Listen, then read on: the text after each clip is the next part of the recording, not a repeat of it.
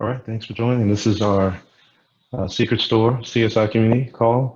It's October 1st, and we are in October. Man, stuff is moving fast.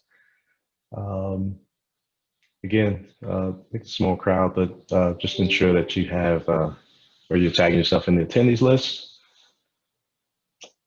And with that, I am going to do double duty, or I'm going to attempt to do double duty, but I think what I'm going to do now is do notes in real time. I can try and help out And write some notes, if that helps. oh, I'm always looking for Great, thank you. notes. It's tough doing the moderation. And then, yeah, one thing I want to remind is if we get into a conversation, feel free to use the raise hand option there in Zoom. So I am looking at the attendees list, so I'll see if someone's raising hand. I'll ensure I get you into the conversation.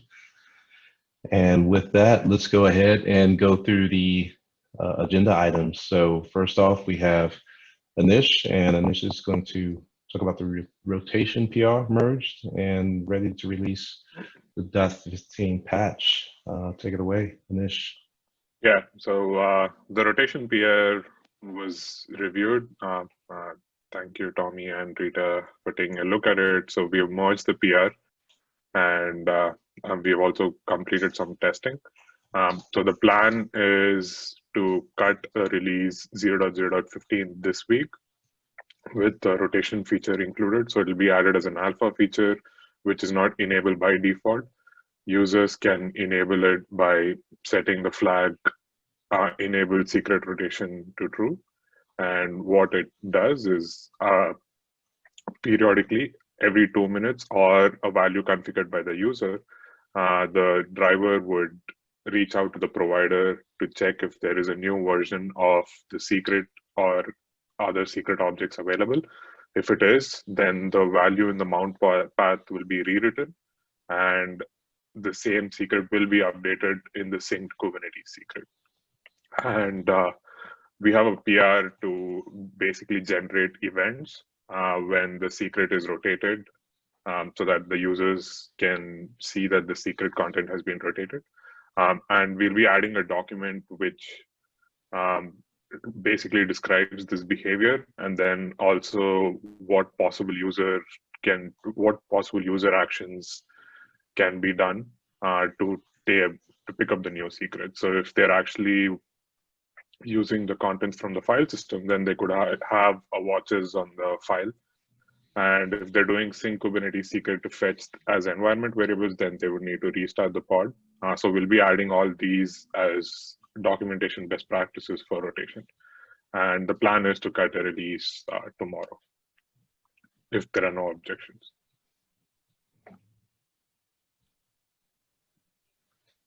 Thanks, Anish.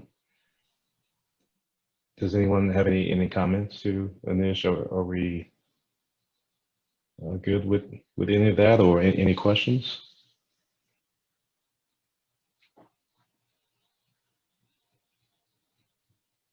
Okay. Take silence as we're okay, but just feel free to review the PR as well. Next up, Helm chart 2 update. Is this you still, Anish? Yeah, so I added Sure this to the agenda. Okay. So I added this to the agenda last week. So I've been working with the contributor. So he's made the changes, and then so the PR currently looks good. But I just wanted to bring it up for discussion again, because one concern with moving the CRDs to the CRDs directory, that is the best way to do for Helm 3, is once the CRD schema is updated, the CRDs don't get changed or upgraded when the user does Helm upgrade. So because of that reason, I still haven't LGTM the PR. So I was looking to see what others think about that.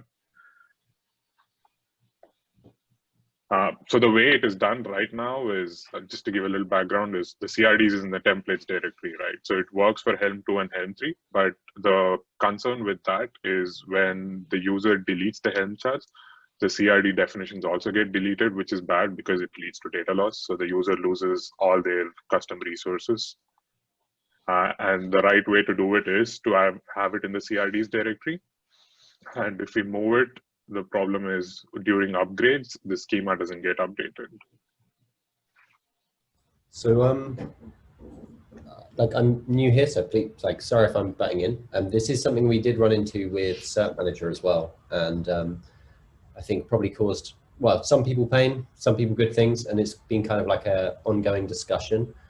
I'm just adding a link to the agenda or to the notes there as well, because there's been an ongoing upstream discussion for a while about what can be done.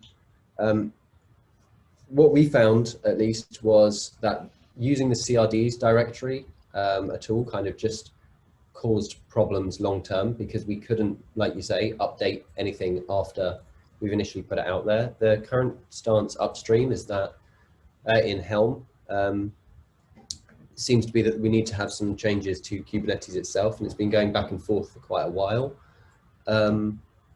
In my experience, at least in Cert Manager, I would advise probably also avoiding using the CRDs directory, because even if the behavior is different between 2 and 3, some users will be upgrading from 2 to 3, or may have just different, like there's all sorts of different things that can be going on. Because I think you mentioned it's only Helm 2. In terms of like what your options then are, if you actually put your CRDs into the template directory, it treats them just like normal resources. So then as long as you are like a responsible CRD author and don't make breaking changes, or if you do at least, then you need to make that very clear to users. It does work, and we recently added that as a default off option, and then we ship the CRDs separately as well as their own YAML file for users that just want to apply them, or like kubectl apply ahead of upgrading. The only other thing I'll say as well is if you get into the world of conversion webhooks, this whole thing becomes a lot more complicated, because you end up needing to manage the ordering of an upgrade a lot more carefully, because the webhook, in an ideal world, you'd upgrade the webhook and then you'd go and update your CRD. Like your webhook needs to understand the new API version before the CRDs actually introduce that API version. And then after that, your controller can be updated.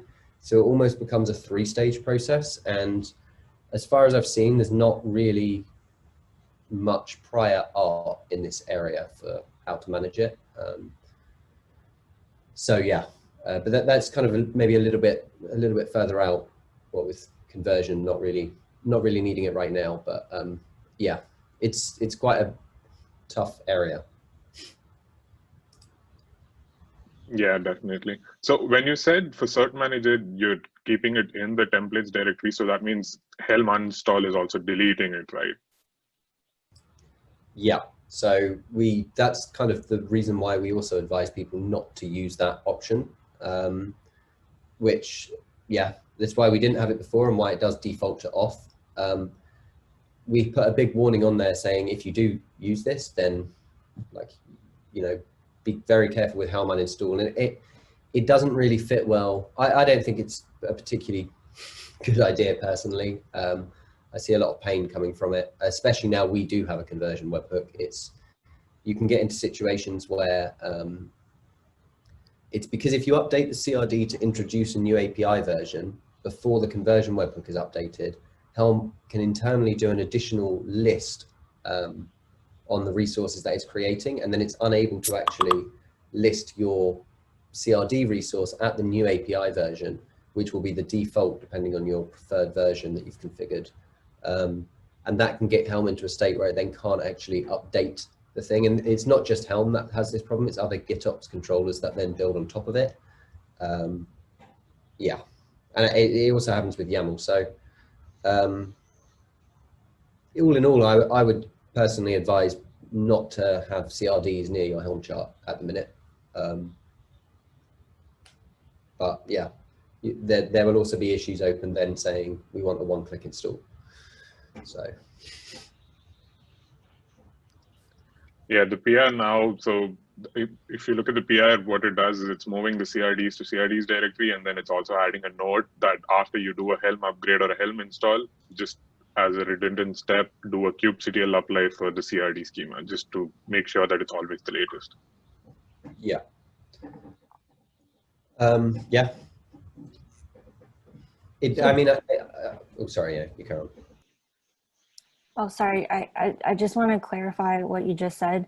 So it sounds like today you're recommending your users to use Helm uninstall, right? I would say I'm recommending users to not use Helm to install the CRDs. Okay. So having that as a separate step. You could actually have it as a separate Helm chart and just put those in the templates directory and have kind of like secret store CSI driver CRDs. And then that way it's a lot more explicit when users do a Helm uninstall that they're uninstalling like the CRDs.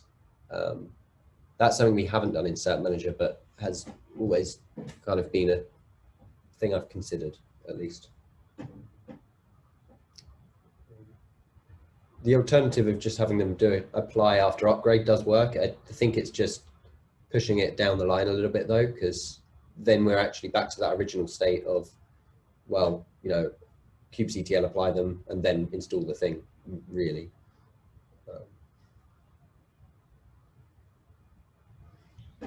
But anyway, that's my experience with it. That's some good insights. Thanks, James. Yeah, that's helpful. Okay. I mean, also, I think initially it was part of the 0.0.15 milestone, but we're thinking of moving that to 0.0.16 because there are some changes in CRDs for 15, and we don't want to spring it to the users with this release. So we want to slowly add that in a later release where there's not a lot of changes in CRDs and the changes are isolated to just the Helm changes.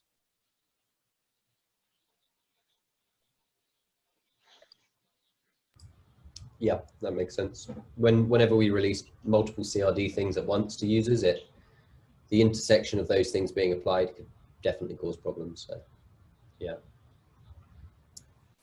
Right, but the other concern is like then users may not have those definitions in the cluster when they start running the solution, right? So it's something that we have to explicitly call out as a dependency, right? Unless we embed it as a dependence chart of the CSI driver chart, which kind of goes back to, ends up in the same place. Yeah, right? I think you'll still have the uninstall problem there, because if you uninstall the like parent chart, it's still the same release. You uninstall a release, not a chart, and they all form a single release, I think. So,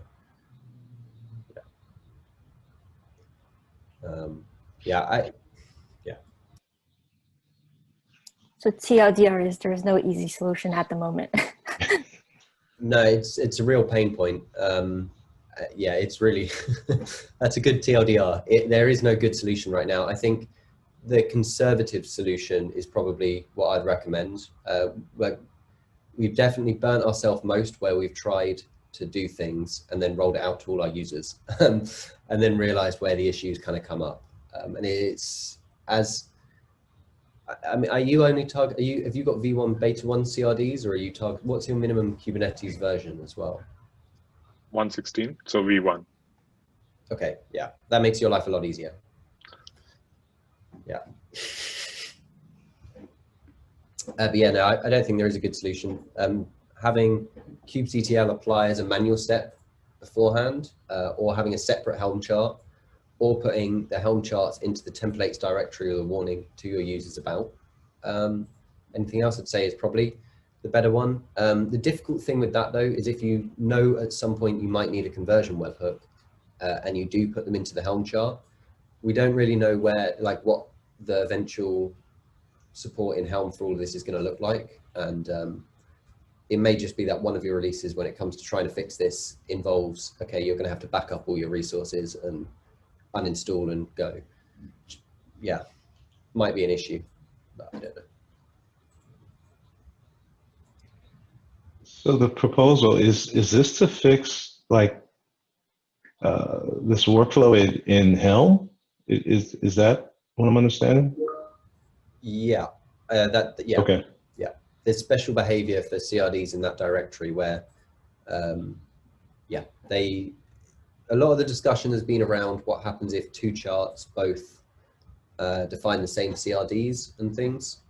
I think some of it's a little bit contrived because I don't personally, this is my opinion, I don't think that should happen. I think there's one owner of a CRD and that should be, it's kind of like an API server side. Right. You're configuring new API groups, right? It's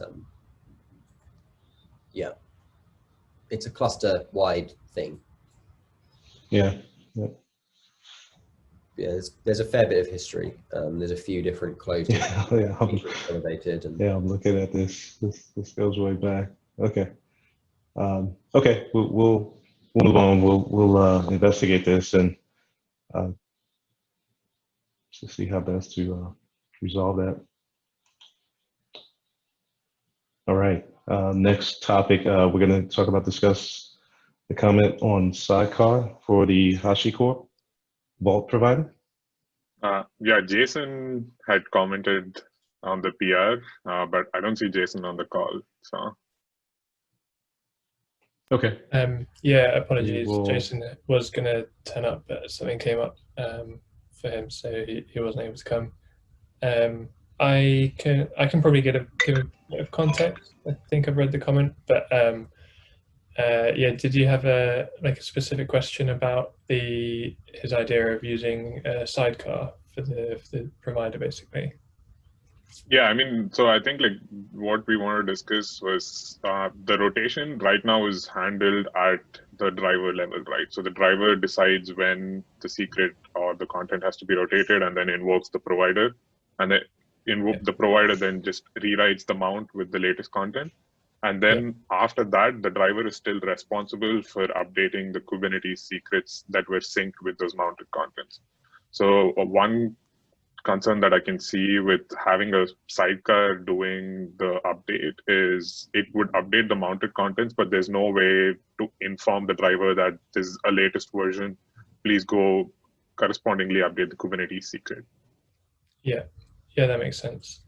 Yeah, that's a very good point. I guess our situation is kind of interesting because we've already got a whole ton of functionality that looks an awful lot like what we want to put into the provider in the Vault agent.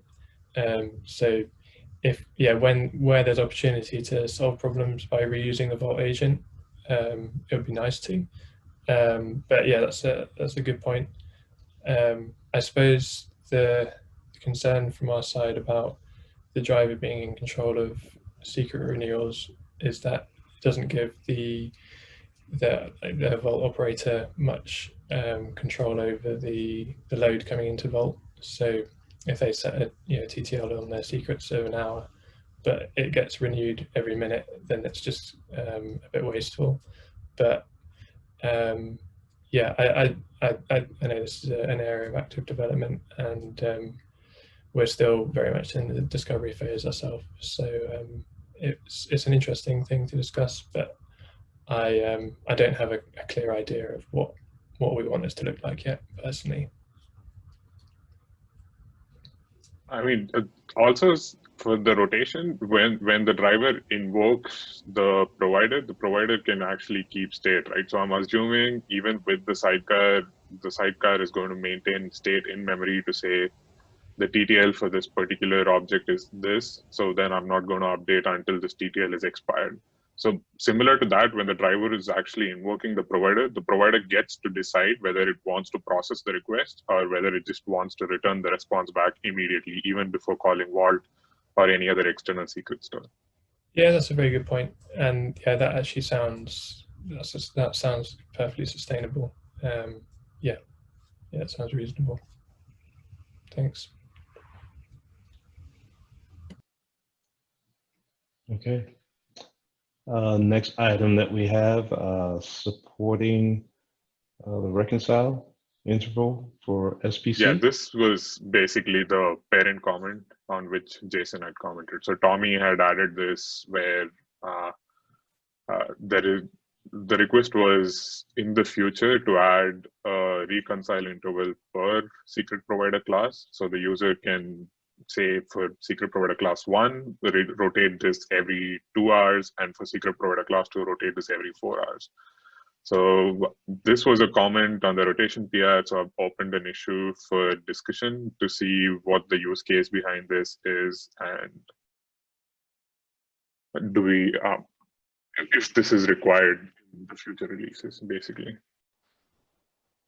I think you provided a good alternative there, where if the plugins are able to maintain state, then they could, as part of the plugin information, right, like have a provider specific parameter for, you know, how often. So like it might be 2 minutes now, but you might be able to delay that to hours in the provider configuration. So that's probably a good intermediate one. Yeah, the use case was, I don't want to call my secret manager API, you know, so much when I know the secret only rotates every, like, you know, 30 days. I don't need to call it every 2 minutes. That was the main, like, use case there.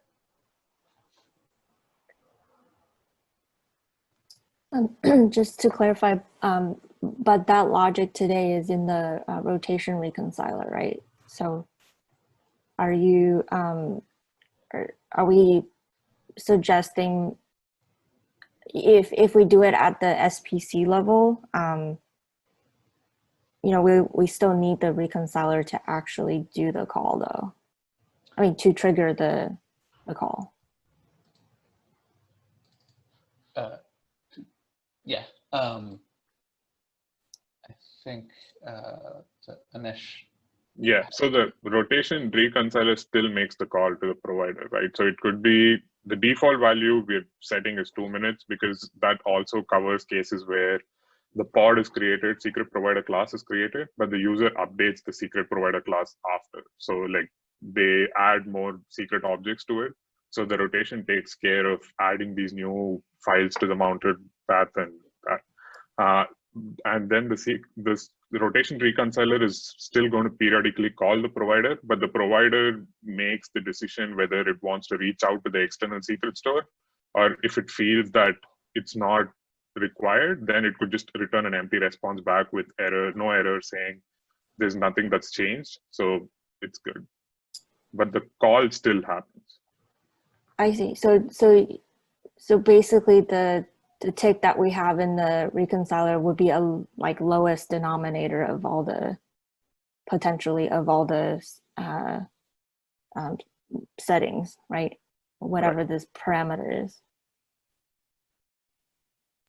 In terms of just thinking out an alternative, if the driver, if the response to a mount request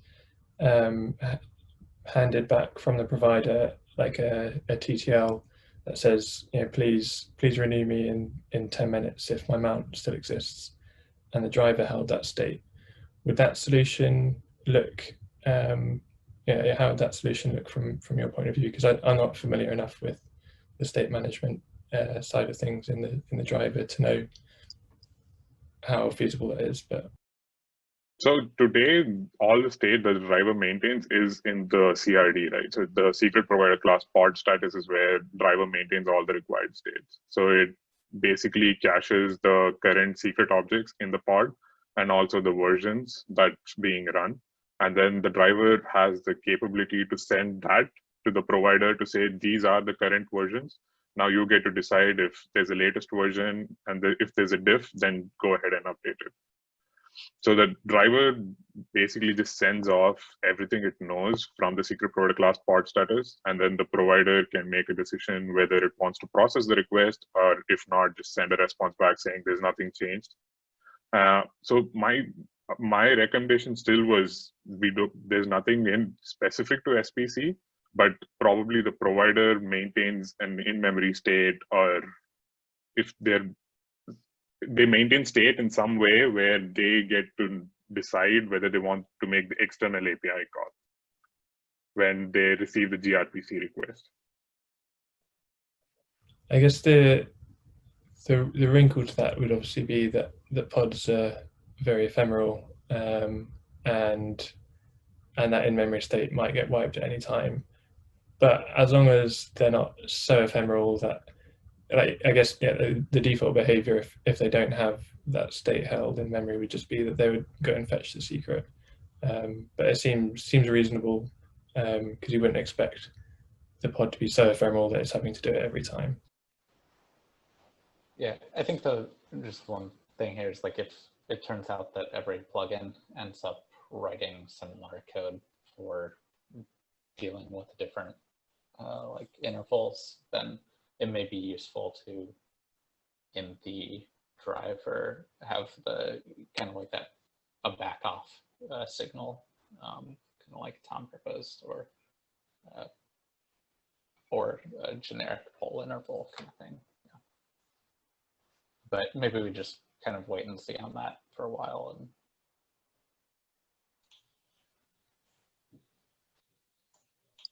yeah, I think that makes sense. I mean, once we have this released as an alpha feature, we can also see what the user feedback is, whether they actually want the reconciler running periodically. And the period is also configurable by the user. So if they're using the secret store CSI driver essentially only for search, which they know get rotated every 30 days, they can actually configure the poll interval accordingly instead of having it more frequent. But it gives them the flexibility that they can configure it for now. And I think we can gather user feedback to see if controlling per SPC is something that they want in the future. yeah, I'm supportive of that. I'm kind of waiting on feedback.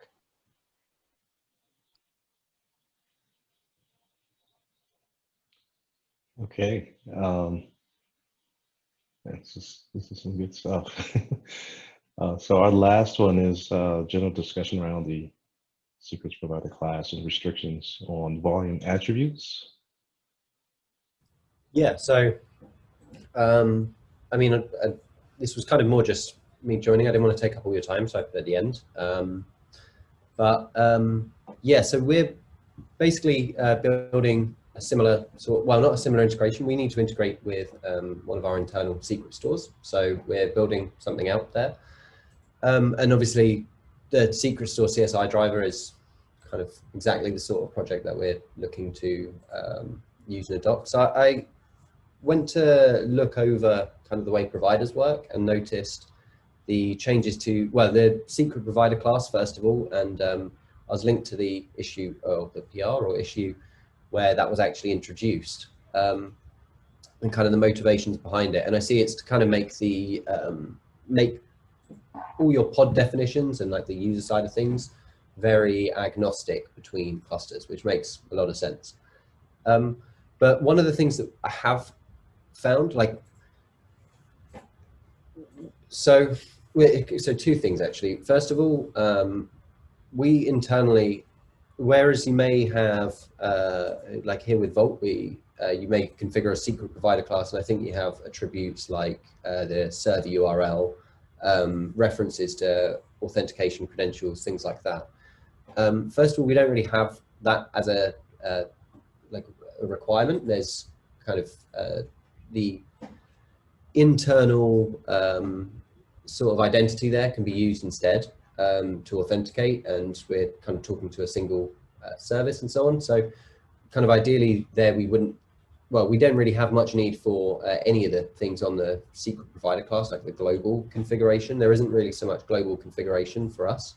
That isn't kind of the biggest issue at all, I don't think. I think it does bring some benefits with being able to like sync into other, into Kubernetes secret resources too. So I think that's okay.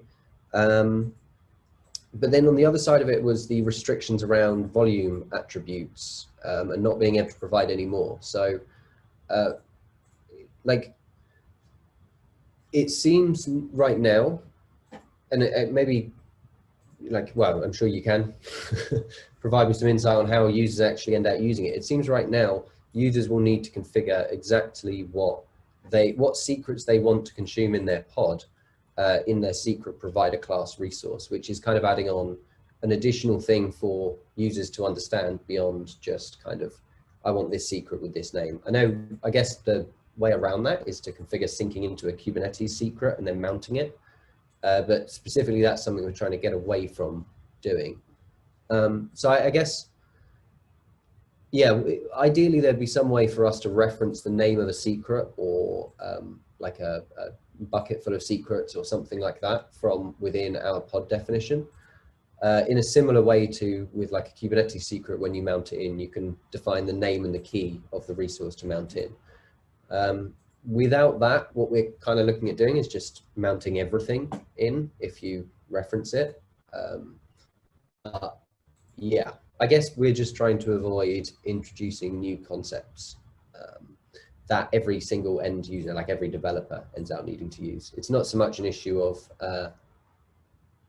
like us introducing CRDs, it's more just the fact that there's something that everyone will need to understand. So I guess that was, I waffled on a lot there, but they're my kind of general, that was my first things I was running into. I don't know if there's any thoughts or anything. So the secret provider class today has so the schema is not fixed, right? So the only thing that's fixed in the schema is basically the provider name, which has to be set for each secret provider class. But within the parameter field, it's mostly just a map of values that each provider could actually potentially use. So for the vault, it's basically the vault URL and authentication method and a few other things. And if you actually take a look at the Azure Key Vault provider, we have a couple of other details, like we need the tenant ID, we need the Key Vault name, and a couple of other Azure specific parameters. So all those parameters initially were filled out as volume attributes in the pod spec, and then we've slowly migrated users to start using the secret provider class. And then with the 0.012 release, it's become a mandatory feature to have.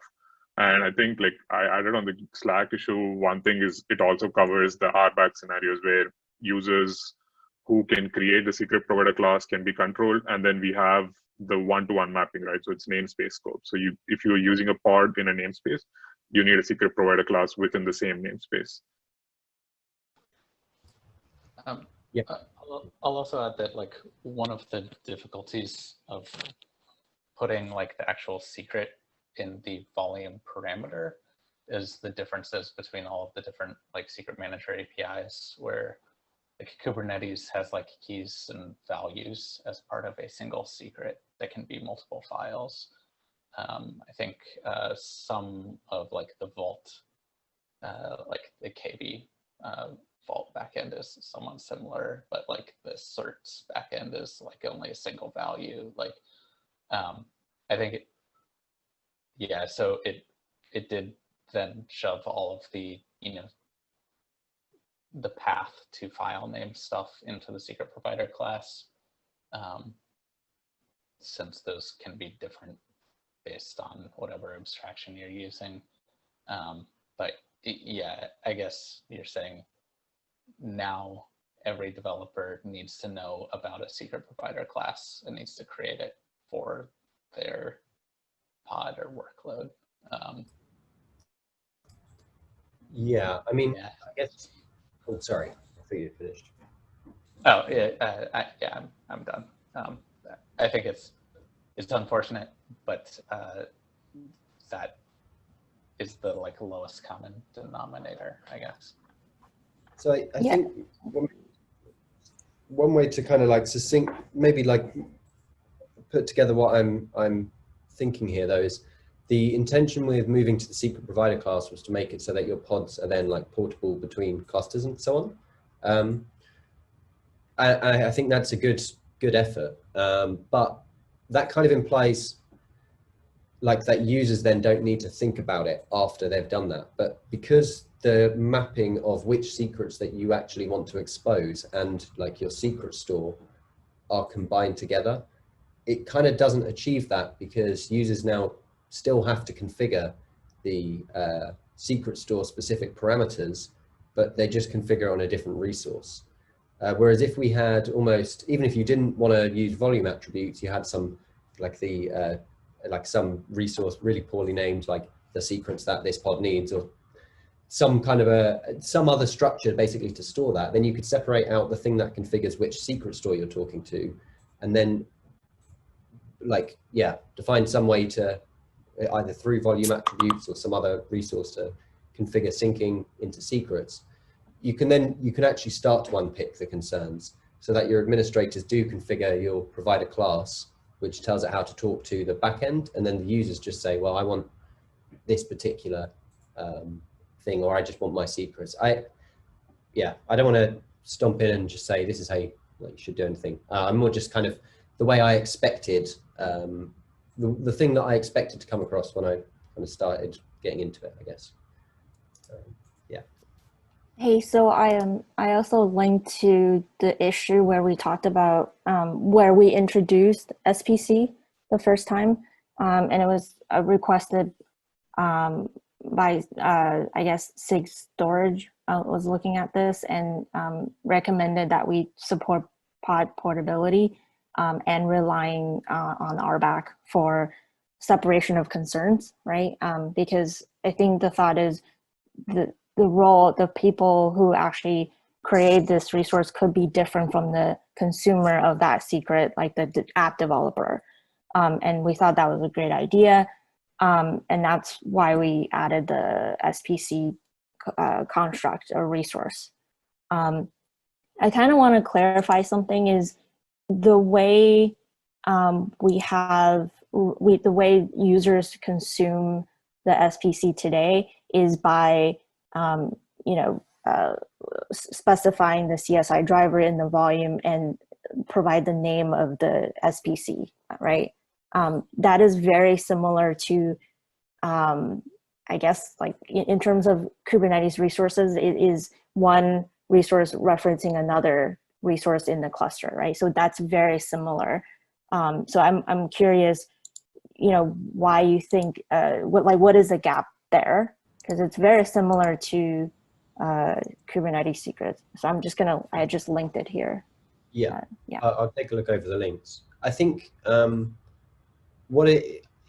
guess for me, it feels like it doesn't achieve the portability bits, because where you said there that it's probably two, like you could have two separate people configuring the different things. I would have thought that probably doesn't end up being the case, because the developers need to say what secrets they need. You can't just configure and say, I just want to talk to, I don't know. From what I understand, you don't just say, I want to talk to Vault, and now like everything in Vault gets mounted. The developer still needs to say, I want to talk to Vault, and also, well, they don't necessarily want to say Vault, but they need to say, I want the API key for this service made available to my application. And right now, the place where you go to say, I want the API key for my service is in the secret provider class. So you don't actually get the RBAC benefit because your users still need to actually manage those secret provider class. From what I'm understanding, at least, I may have misunderstood, but they're having to edit the secret provider class anyway to say that they want that API key or this one, or a secret from that particular a certificate from that authority in the case of like the PKI backend. Is that, yeah, that I guess that's where I'm getting. I see. So in a way, the app developer will have to know this is the mount path, and everything I expect to be mounted is in that path. And I have to assume that whoever created the SPC has specified those things already, right? I think that's your concern, right? Yeah, there'd need to be a communication between them to say, I want to access that. And like, I guess if you then have a second application deployed into that same namespace, you're going to have to tell them, okay, well now that one there uses different API keys. So can you create me a different secret provider class? And actually you'll be duplicating the connection information between them, as well as then just having like one string different being the path. Whereas I guess I expected the secret provider class to just contain the connection information, and either volume attributes or some other resource or something like that, which says that path for that pod, or the volume attributes could just do it embedded in there. But either way, yeah, that's it. I feel like there's still quite a lot of, if we're separating out the roles, those roles are kind of intrinsically linked and they're having to communicate a lot as it is, if that makes sense.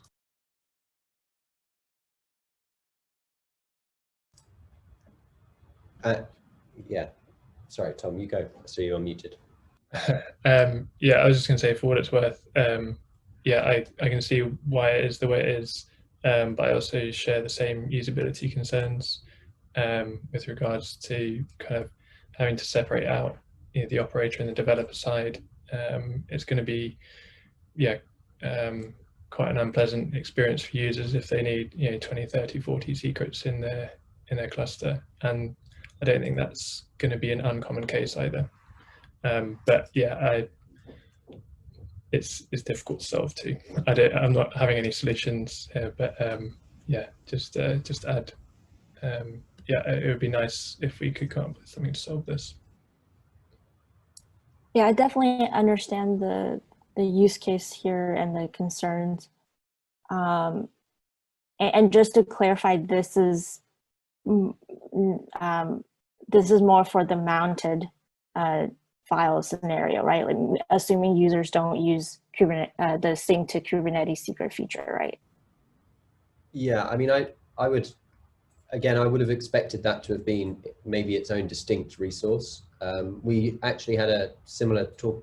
I think it kind of overlaps with Cert Manager again, where people wanted to be able to store, like they wanted to change where they're storing their secrets and things like that.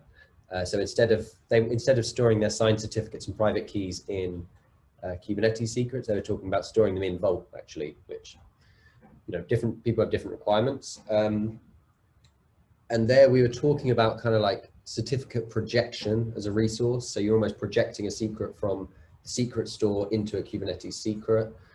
We didn't really go, there is no projection resource in there, but it was kind of a lot of the discussions we were having.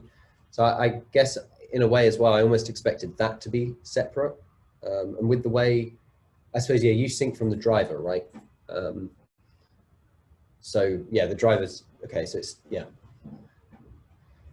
Yeah. There's a reconciler that does. Sorry, Harold.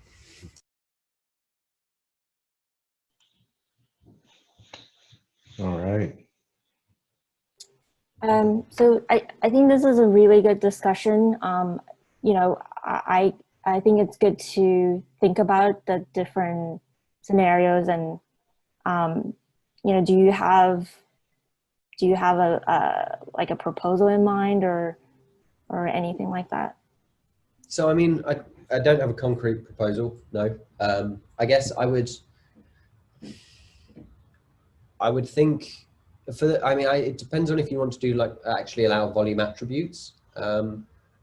I guess ultimately, regardless if you call it a volume attribute or some other thing, if it's about who's got to edit it, and if the developer's still got to edit it, then it's really what's easiest for them, because it's their responsibility as it is, whilst also being structurally sound. Even if it's just like some opaque string that we have a defined key for in the volume attributes, which is something like the name or like a URI for a secret. And that way you could have vault : / or, you know, I don't know the product name for the Azure one, but maybe something like that. I don't know, almost like object storage style things, GS and S3. Presumably you're talking about the secret provider class still configuring the actual connection to the secret store. So you wouldn't need anything provider specific showing up in the volume attribute. It would just be like a path, like, yeah, some opaque string that refers to something internal to the specific SPC provider you're talking about, right? Yeah, and I guess if you did want to encourage the portability still, though, you need to define some, and this is the difficult bit, because you almost do need a schema of some description if you ever want those strings. I mean, I guess then they're not opaque strings is kind of the point. Yeah, opaque, I guess it depends on, I feel like most secret storage things you can model as similar to object storage, but also that's a very bold assumption to make. It's like, I feel like as soon as you do, it's probably not going to be true. So, yeah. So I think, like, if you want to separate the connection information from the secrets, like, or like the exact secrets that the thing needs, the storage like equivalent, I believe, is like the storage class defines the connection information, and then you have the like persistent volume claims that reference the storage class, and then you have your pod reference the persistent volume claim, like, but that adds like another hoop. I don't know that like that is how it, I believe, is currently solved on the persistent volume side, but I don't know that that makes it any better. Because now there are even more objects to deal with. I think, but the way that we've dealt with the fact that there's an additional object there is to actually enable inline persistent volumes claims as well, which is effectively what we've got with the ephemeral CSI. So in a way, if we're like replicating that kind of makes sense, because then we could have like what they call a persistent volume claim is almost our resource that tells it to sync resources into a Kubernetes secret. And then something like the CSI driver, like the ephemeral thing there, is kind of like you defining an inline persistent volume claim, if that makes sense, in terms of like concepts used to solve different things. So you're like an inline secret provider class is... Well, no, not class, because you don't define an inline storage class, you define an inline persistent volume claim. So I'd say it's more just like what we've got today with CSI, and then, I guess the thing is volume attributes is like a map. So we need to define the schema for that. Like the schema for the persistent volume claim is things like the FS type and the storage class name, which we do have, like the provider class name or the secret provider class name. But it's where they've had to define FS type and say, well, everyone has to support an FS type. We need to define, like, is it name, that we say everyone has to support some form of naming scheme for secrets? Is namespace? I can't imagine everyone's got namespace. No, that's hairy. Yeah. I could write some things down if it helps, because I'm conscious I've just joined on this first call and started all my thoughts. But I think that would definitely be helpful, in terms of making sure this discussion will make more progress on this discussion and move. The question I have is, if you call the providers and define it inline, as you said, as part of a deployment YAML, does that actually solve your scenario? When you say define a provider inline, do you mean like the entire class? As part of the pod spec. So I wouldn't expect to be able to do, I would expect to still have to reference the name of a secret provider class, I'd say. I think that does make sense. And when you map it to things like storage classes, similar to how if you were defining like an actual inline PVC, you have to say which storage class you want. I would almost see the CSI like secret provider being analogous to, or analogous, or whatever it is, to it. It's, yeah, you'd have to define your storage class name and your secret provider class name for secrets. It's more around like the additional parameters, like you say, like an opaque name string or some common denominator, which I don't think is easy to find. But yeah. So yeah, I wouldn't say defining the secret provider class inline is something I'd expect. Like, yeah.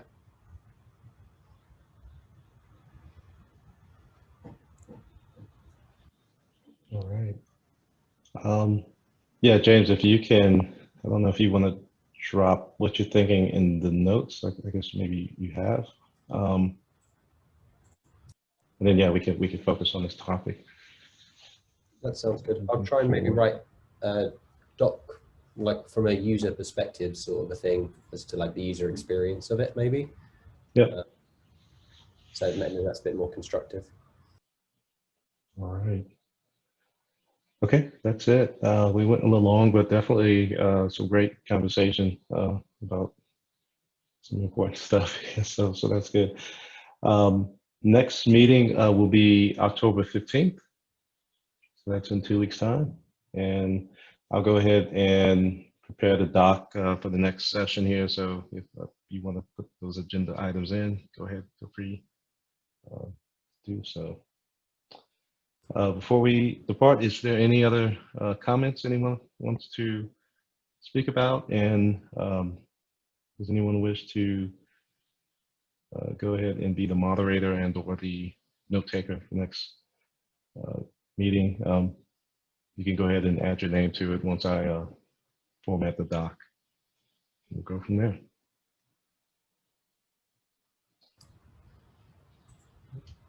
Thank you. Okay, I think we're good. All right. Thanks, everyone. Thanks. And we'll see you in a couple of weeks.